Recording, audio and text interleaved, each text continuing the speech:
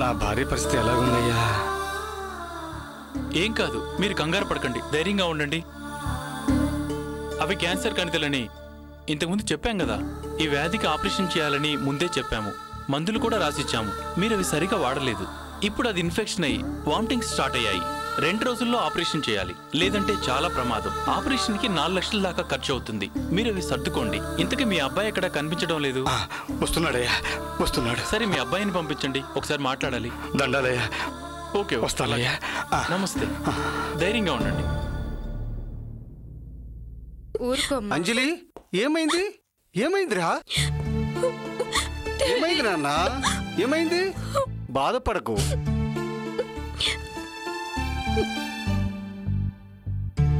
అంజలి, నన్ను క్షమించు.